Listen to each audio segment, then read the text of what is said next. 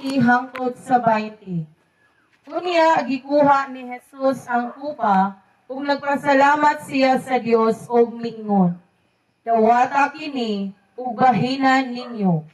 Kay sultihan ko kamo, nga sukad karon, dili na ako moinom ni ining bino, hangtod moabot ang gingharian sa Dios. Unya, gikuha niya ang pan, ug nagpasalamat siya sa Dios. Unya, gipikas-pikas niya, ug gihatag nga nag-ingon, mao kini ang akong lawas nga gihatag alang kaninyo. Buhatan ninyo kini agig paghandom kanako. Human sa panihapon, gikuha usab niya ang kupa ug nagpasalamat siya sa Dios.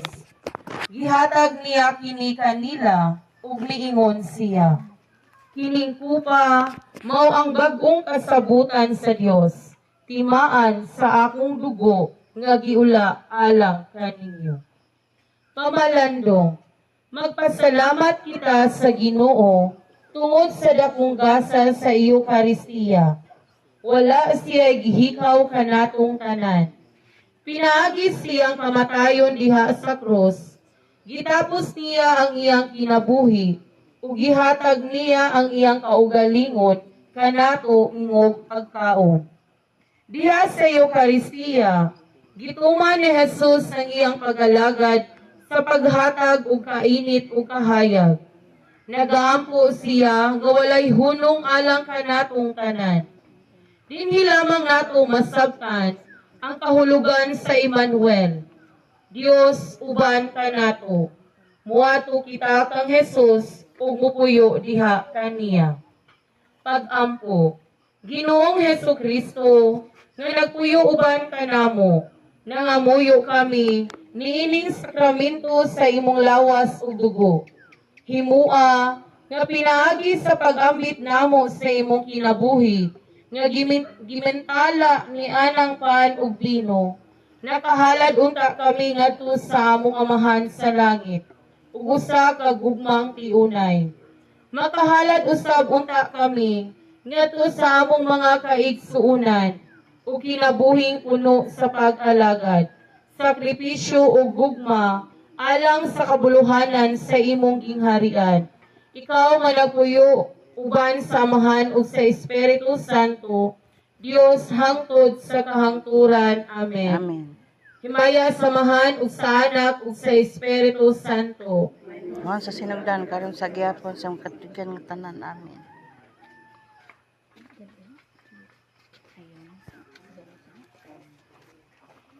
Dadaan ang kandila day. Oh. Dadaan ang yay, hala. Dadaan ang usa. Kan karang magtuwa magsiga ba?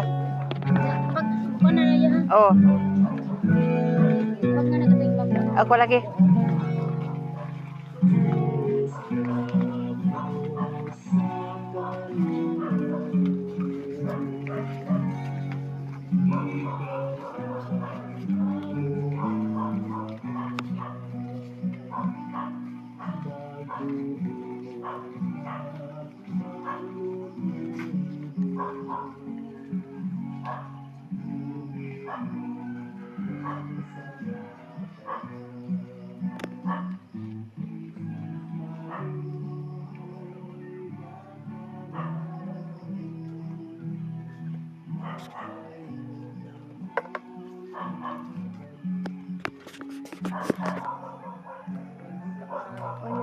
Ang buntag. Nauli mo ka?